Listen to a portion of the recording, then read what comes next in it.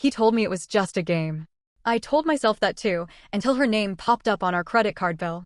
It started the way so many stupid fights do, with me hovering behind my husband's shoulder while he sat at his computer, eyes glued to a world that apparently didn't include me. He plays this MMORPG, one of those massive online games where you slay dragons and flirt with avatars that look nothing like the balding men behind them. I never cared. Truly, I didn't. I'd pour my wine, curl up with my crime shows, and let him hack away at pixelated goblins all night if that's what made him happy. It was our unspoken deal. But then came her. Her name was Seraphine. I still hate that I remember it so vividly. Seraphine the Elven Priestess, or, as my husband calls her, his virtual wife. It was a joke at first, or so I thought. One night, I asked him if he wanted to watch a movie with me. He said, "Sorry babe, I promised my wife I'd help her level up tonight." He laughed. I laughed. But the back of my neck prickled in a way that told me I shouldn't be laughing. "You're what?" I asked. He took his headset off and grinned at me like I was a child missing an obvious punchline. "My virtual wife. It's an in-game marriage. You get bonuses if you pair up with someone." Bonuses. Right. Double experience points, rare loot drops, and apparently, a convenient way to roleplay a relationship without all the messy parts. Or maybe with the messy parts, who knows. I asked him if they talked outside the game. He said no. I asked him if they text. He said barely. I asked him if it was weird to be married to someone else online. He shrugged and turned back to his screen. "It's just a game, Emma. Don't be dramatic." I tried not to be dramatic. I really did. But drama has a way of bubbling up when you're lying alone in bed night after night while your husband whispers into his mic at 2 a.m. At first, it was easy to excuse it. It's not like they were sexting. He didn't sneak out to meet her. She probably lives halfway across the world, for all I know. Maybe she's a 45-year-old man named Doug. But then the bills started changing. I was balancing our account when I saw it. A $50 charge to the game. Then another. And another. All for cosmetic upgrades and gifts. I confronted him, a word I hate using because it makes me feel like a detective, not a wife. He said he bought Seraphine a new outfit for her character. A virtual wedding ring. A custom mount, some shiny unicorn thing. He laughed when I asked how much he'd spent in total. "I don't know, maybe $200? It's not like I'm buying her dinner." Right. Just imaginary jewelry and imaginary love tokens. And here I was, struggling to get him to spend $50 on a date night that didn't involve takeout and Netflix. I know what you're thinking. Or at least I think I do, because I asked myself the same thing every night. Is this cheating? I googled it, pathetic, I know. I found Reddit threads full of people arguing over it. Some said yes. Some said no. Some said it depends. Depends on what exactly? If he was getting off on it? If he was emotionally invested?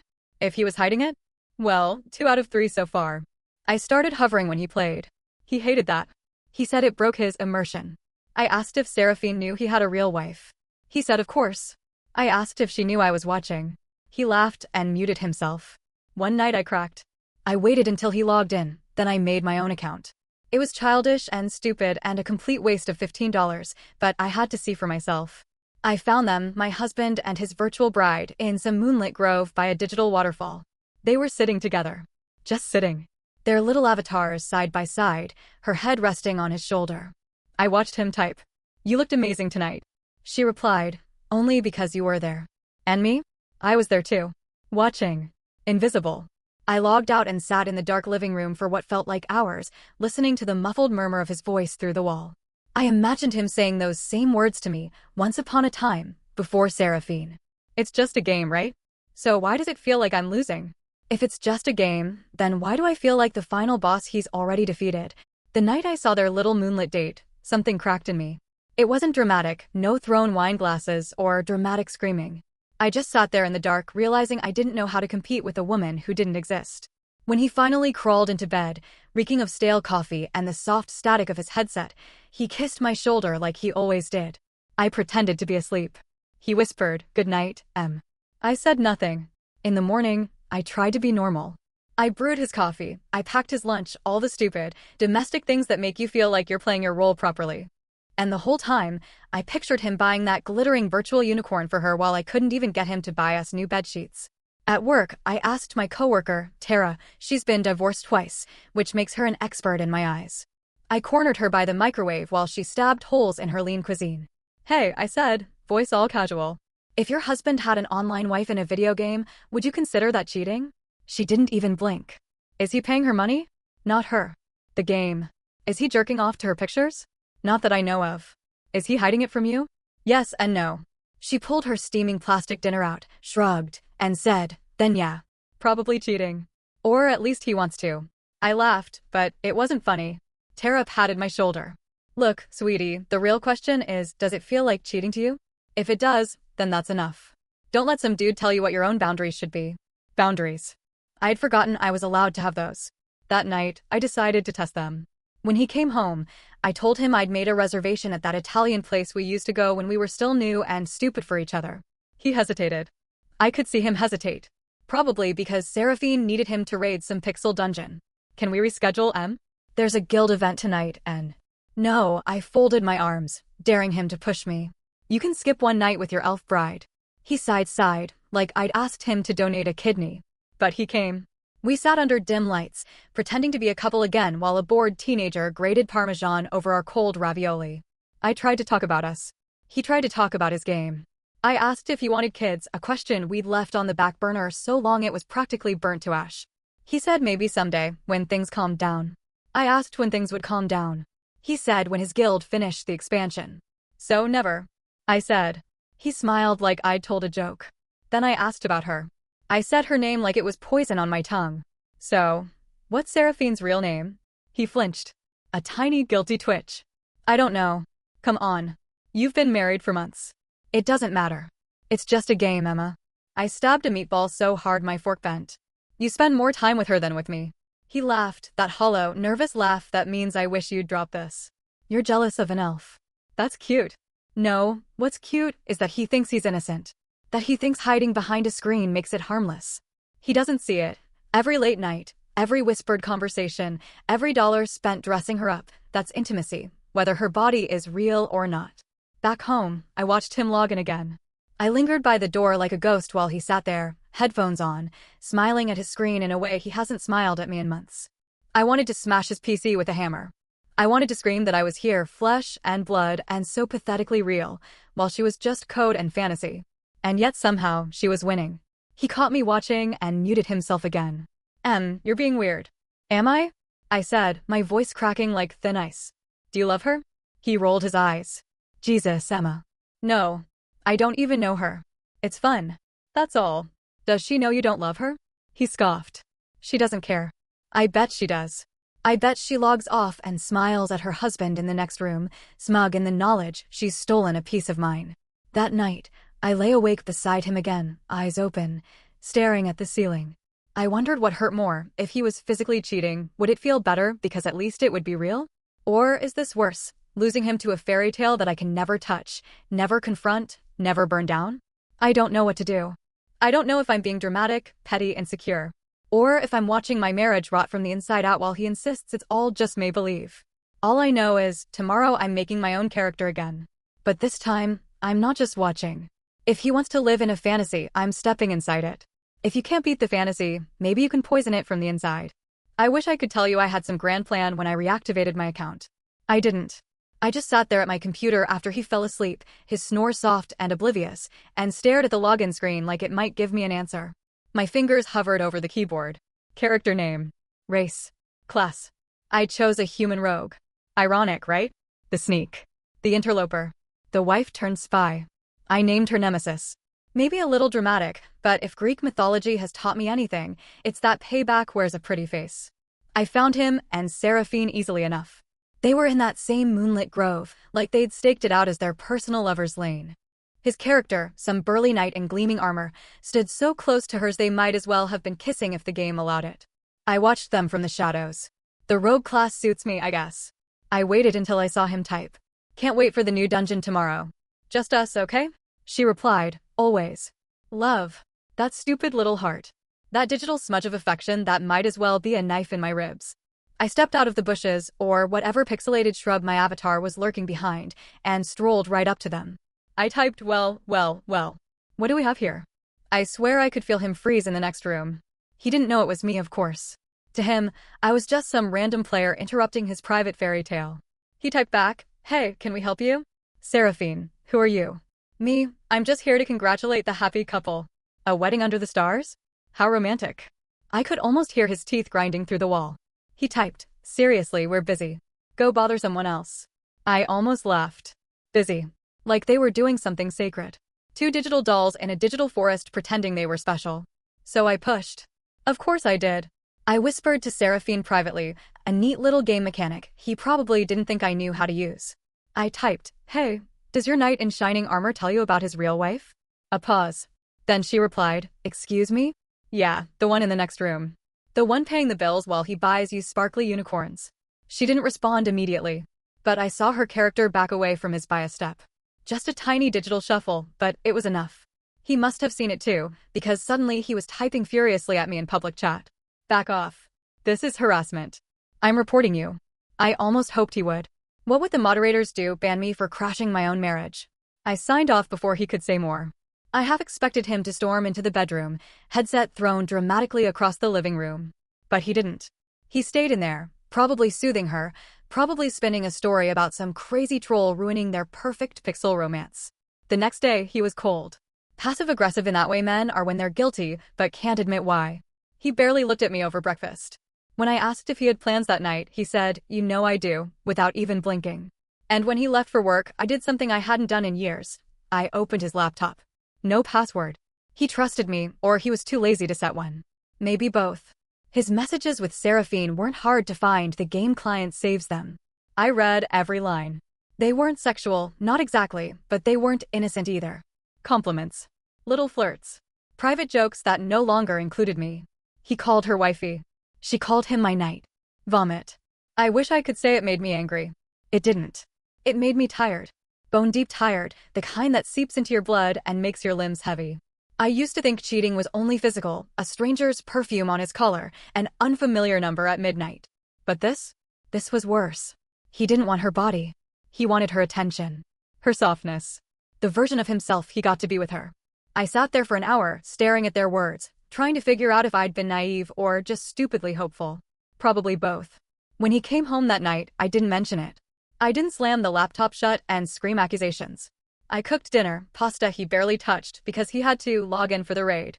I kissed him on the cheek and watched him disappear into that glowing blue light. Then I poured myself a glass of wine, logged back in as Nemesis and whispered to Seraphine again. This time, I didn't threaten. I didn't insult. I asked her, does he tell you I'm here? Right now? Does he tell you I'm waiting for him while he tells you sweet things? She replied, who are you? And for the first time, I told the truth. I'm his real wife. Some truths land like grenades. Mine exploded in a private chat window. The moment I typed I'm his real wife, I felt my heart hammer so hard I thought it might break my ribs. I'd never told a stranger something so humiliating. I half expected her to log off immediately, to vanish into the pixel mist and pretend she'd never seen my words. But Seraphine didn't run. Her reply came slow, like she was choosing each letter with surgical care. Is this a joke? I almost laughed. God, I wish. She didn't type back right away. Her little avatar just stood there in some sparkly forest glade, staring at mine, two digital dolls, locked in a standoff more real than any fight my husband and I had had in months. Finally, why are you telling me this? Good question, Elf Queen. Why was I telling her? What did I think she'd do? Break up with him like a good imaginary mistress, pack her virtual bags, and gallop off on that glittering unicorn I paid for? I typed, because he won't. Because you deserve to know who you're really married to. Another pause. Then, he said you didn't care. I snorted into my wine glass. I almost wanted to hug her, this pixelated priestess. Oh, I care. Maybe not about you, but definitely about him pretending this is harmless. She typed, we haven't done anything wrong. That one stung more than I expected. Because she wasn't lying, not technically. There were no nudes, no hotel receipts, no scandalous messages I could print and wave in his face. Just two lonely people pretending they were something special while I folded his socks and pretended not to notice. He spends more time with you than with me, I wrote. That's enough. Her reply took so long I thought she'd logged off. Then, I'm sorry. 2 words. So stupidly simple. But they cut deeper than anything he's ever said to me. I didn't know what to say back. So I did what I always do when things get too raw, I made it ugly. Don't be. He's your problem now. I logged off before she could respond. Closed the laptop. Drained my wine. Sat in the dark, listening to his muffled voice through the wall. I wondered if she'd tell him. If he'd come storming out, furious that I dared to break the fourth wall of his fantasy. He didn't. He stayed right there in that chair, headset on, living his best second life. A week passed like that, me floating through the house like a ghost, him glued to his computer. We barely spoke. When we did, it was polite. Civil, the kind of polite that tastes like rust in your mouth. Then, one night, he didn't come to bed at all. I woke up alone at 3 a.m., checked the living room, empty. His computer was off, headset on the desk, chair pushed in. I should have felt relieved, but I knew that man. He didn't just stop. He'd taken it somewhere else. His phone. His laptop in bed while I was asleep. Maybe a secret Discord server where Seraphine could keep stroking his ego while I drooled on my pillow. I wish I could say I confronted him with calm, cold dignity. But I didn't. I waited until Saturday morning, when he was still half asleep on the couch, and I dropped his laptop in his lap so hard he nearly spilled his coffee. "Want to tell me why your little elf wife knows more about your life than I do?" I asked. No hello, no preamble, just straight to the kill shot. He blinked at me like I was speaking another language. "Emma, what the hell are you?" "Seraphine. Or should I say Kara?" I spat her real name like it was poison. She'd given it to me, a few days after our chat. An apology, maybe? A confession. I still don't know why she trusted me with it, maybe because she realized we were both stuck in the same sad script. He went pale. Actually pale. I'd never seen him lose color like that. "You talked to her?" Ding ding ding. Give the man a prize. I was laughing, but it sounded like choking. "Did you tell her you love her yet? Is that the plan? Leave your real wife for your better wife in a game server." He slammed the laptop shut. Stood up. Towered over me like he thought he could intimidate me into silence. He forgets I've lived with his snoring, his dirty laundry, his petty lies for 8 years. Nothing about him scares me anymore. "It's not what you think, Em." "Oh, do enlighten me." I spread my arms wide. "What is it then?" "Enlighten your clueless, neglected, flesh and blood wife who hasn't gotten a real date in 6 months because you're too busy whispering sweet nothings to a cartoon elf." He didn't have an answer. He opened his mouth, closed it, rubbed his eyes like maybe if he squeezed them hard enough this nightmare wife would vanish back into her box. When he didn't speak, I did. "I'm done asking if it's cheating. I'm telling you, it's enough. Enough to break this." He reached for me then. Tried to touch my arm. I flinched back so hard he nearly fell forward. I think that's when it hit him, really hit him, that maybe I wasn't just bluffing this time. He whispered, Please. Don't do this." I smiled. Sweet. Cold. Too late. You already did. When I told him it's enough to break this, I think he thought it was another empty threat, the same way he thought I'd never really read the chats, never really step into his precious fantasy, never really leave. To be fair, I didn't know if I meant it either. Not yet. Not until I started packing. I waited until he went to work. It felt cowardly at first, skulking around the bedroom, folding my clothes into a battered suitcase while his half of the closet stayed untouched, smelling faintly of stale cologne and the illusion of a husband I thought I knew. But if there's one thing his little pixel affair taught me, it's that I can be a coward and still do what needs to be done. I didn't take much. A few work outfits, my toothbrush, my grandmother's earrings he never noticed were missing when I stopped wearing them. I left my wedding ring on the dresser, a tiny, expensive circle of guilt and broken promises. I paused by his desk on my way out.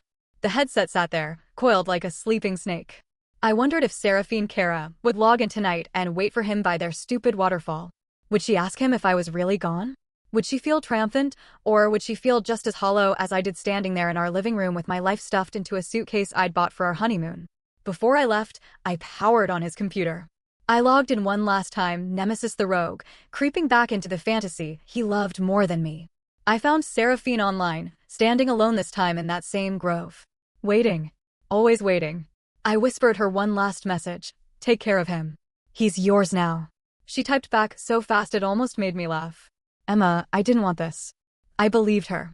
Maybe that was the worst part, realizing this wasn't some grand betrayal orchestrated by a femme fatale. Just two lonely idiots clinging to a fantasy because real life was too sharp and too gray. I logged off. Closed the lid. Left the headset coiled like a severed leash on the desk. When he got home that night, I was gone. He called, of course. Texted.